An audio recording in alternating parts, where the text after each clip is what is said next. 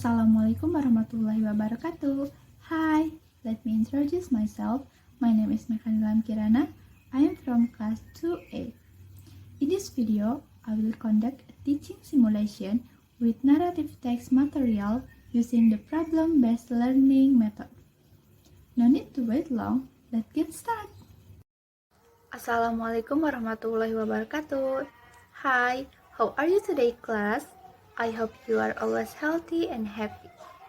Before starting the lesson, who is absent today? Okay, thank you. Class, today we will enter chapter 7 with the title Sangkuriang. Anyone who knows what Sangkuriang? Yes, Sangkuriang is a folktale from West Java, precisely in Bandung. Why do you think we should study this folktale? Okay, let's see the learning objective of this lesson. The learning objective of our lesson this time is to listen to a folktale, to read a folktale for myself, that is for yourself, to read out a folktale to other people, to get a moral lesson from a folktale, and to know more about narrative text. Is it clear, class? Okay, next, we will see what our learning activities today. First, we will listen. Listen carefully to the story of Sangkuriang that will be read by your teacher. Meaning, you have to listen and focus on the story that I will read. Next, narrative text.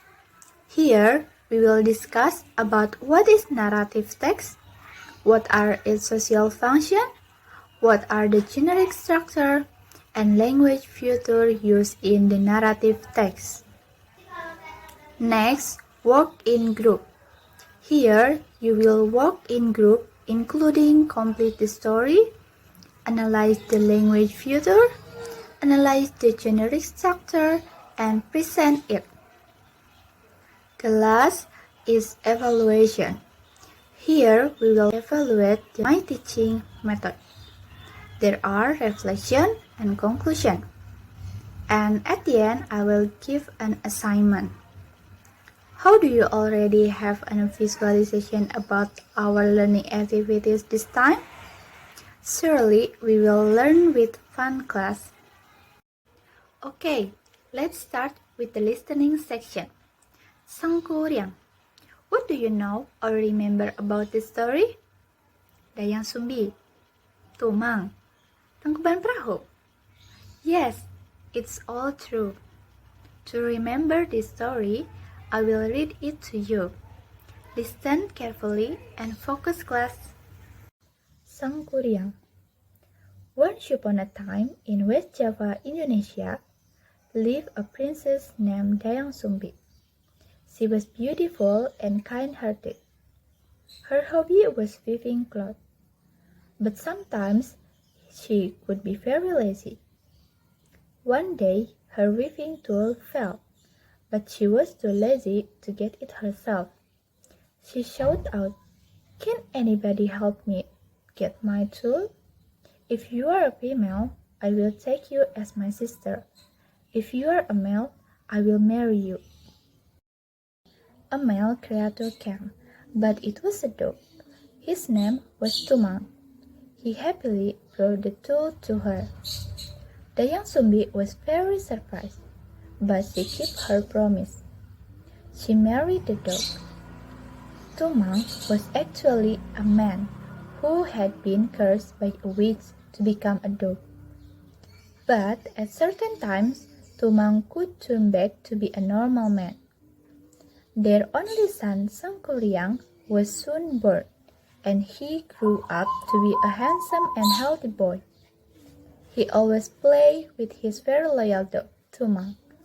He did not know that that was actually his father, because Dayang Sumbi hid the secret from him. Sangkuriang liked to hunt in the wood, of course with Tumang. One day, The young zombie asked him to bring home a deer's head. But after hunting for several days, he could not find any deer in the woods.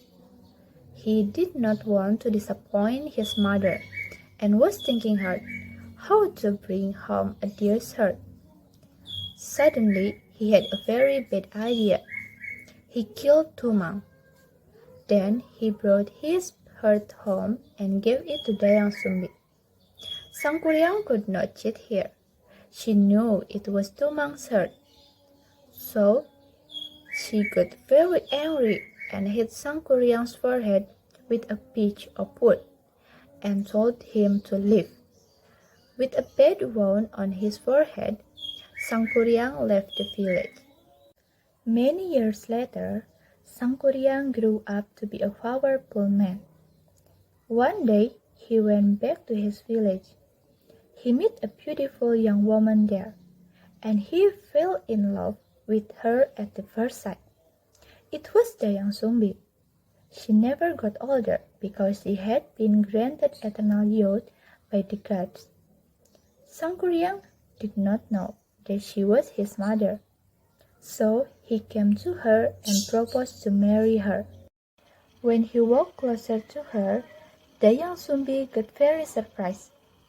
She saw the scar in Sangkuriang's forehead, and soon she knew that he was her son, who left her a long time ago. She told him the truth and tried hard to explain it to him, but he did not believe her. She did not want to break his heart, so she accepted his proposal but gave him an impossible thing to do. She wanted him to build a lake and a boat in just one night. Sangkuriang agreed because he knew that he could make it with the help of genies. By midnight, he finished the lake and then started making the boat.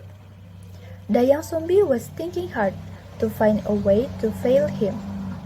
Before dawn, she asked the people in the village to burn the woods in the east, and the light made all the cook crow. Thinking that the night would be over sun, the genies ran fast and left Sangkuriang before the boat was finished. Sangkuriang realized that Dayang Sumbi had cheated him. He got very angry and he kicked the boat upside down. It gradually became a mountain, and it is now known as Mountain Tangkuban Perahu. Okay, do you remember the story, class? The story doesn't change, yeah? Okay, now we will enter the narrative text section. When I explain the material, you can write down the important material, okay? Narrative text is one type of text that tells about a series of events chronologically and connected to each other. The nature of narrative text is imaginative or in the form of a fictional story. Why is it called fiction? Even though Tangkuban Perahu Mountain, Borobudur Temple, Lake Toba, and so on are real. Yes, it is true that they are real, but the story is only the imagination of a writer who relates the story to nature or the existing temple. Although not a few believe that this story really happened.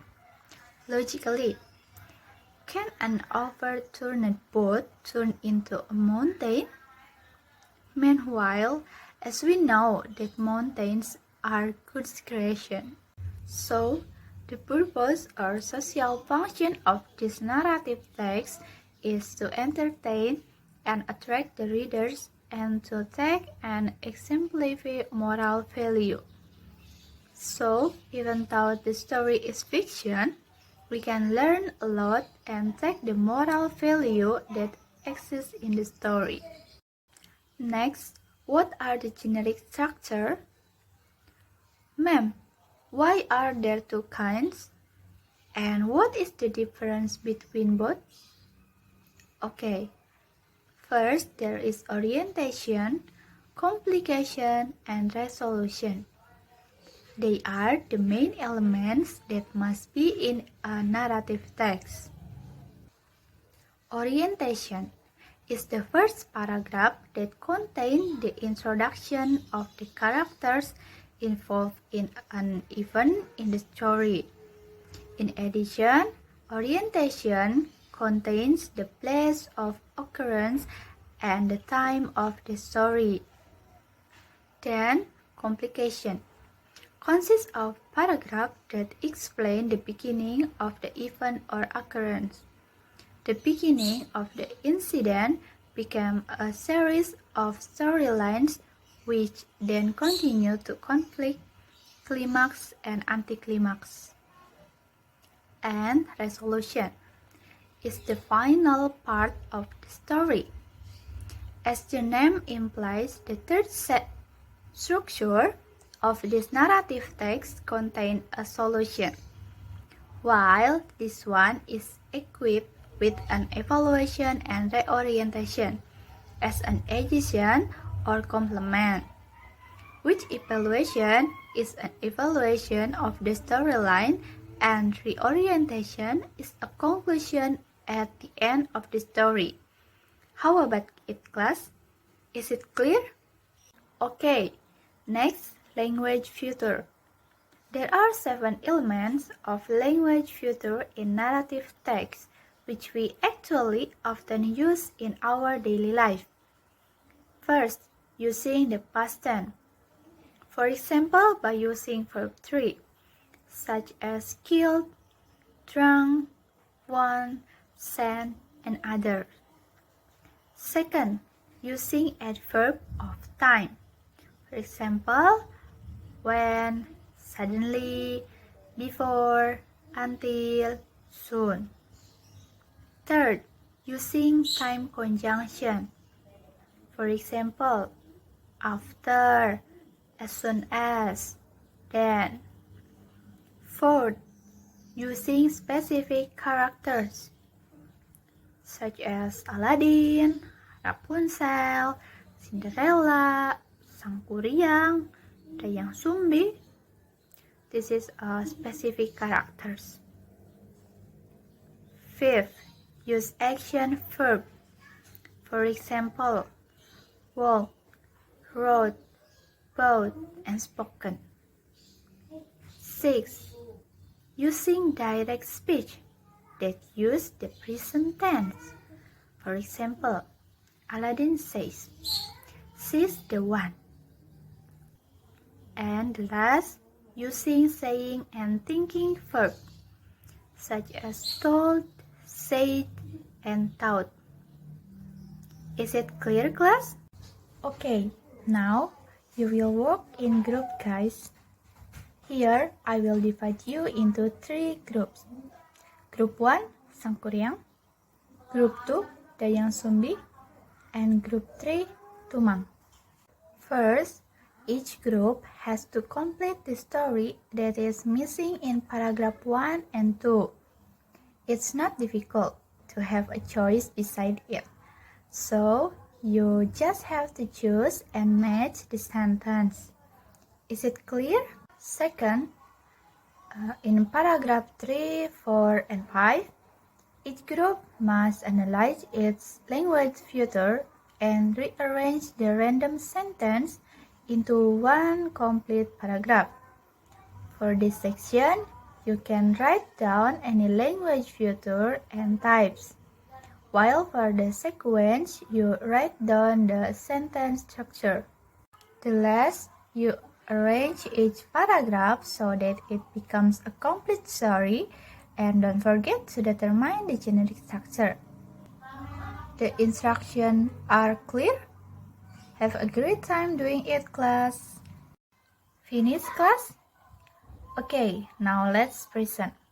But before present the result of your group work, I want to ask, is the task easy to do or is there any difficult? Okay, thank you.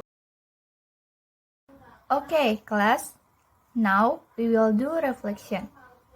Please give me an assessment or advice about how I teach. This is it understandable or too difficult. Don't be ashamed or afraid because this will not be included in the assessment, but this is only my benchmark in teaching, and so that it is comfortable and can be understood by you. How about it, class? Okay, do you enjoy with my class, guys? Okay, thank you and syukur alhamdulillah. Okay guys, the conclusion about narrative text and some Korean story is narrative text is a text that contains a fictional story and a plot consisting of a complication followed by a resolution with the aim of entertaining the reader. And moral value of the song Korean, the verse is be careful when you speak. There is a proverb in Indonesia is mulutmu harimaumu. So we are be careful when we'll speak and do not to lie and to be honest. Okay, for the last activity, I will give you an assignment. The assignment is on page 140 and 141. The title, The Golden Starfruit Tree, which originates from Vietnam's culture. And you should to analyze generic structure and language feature.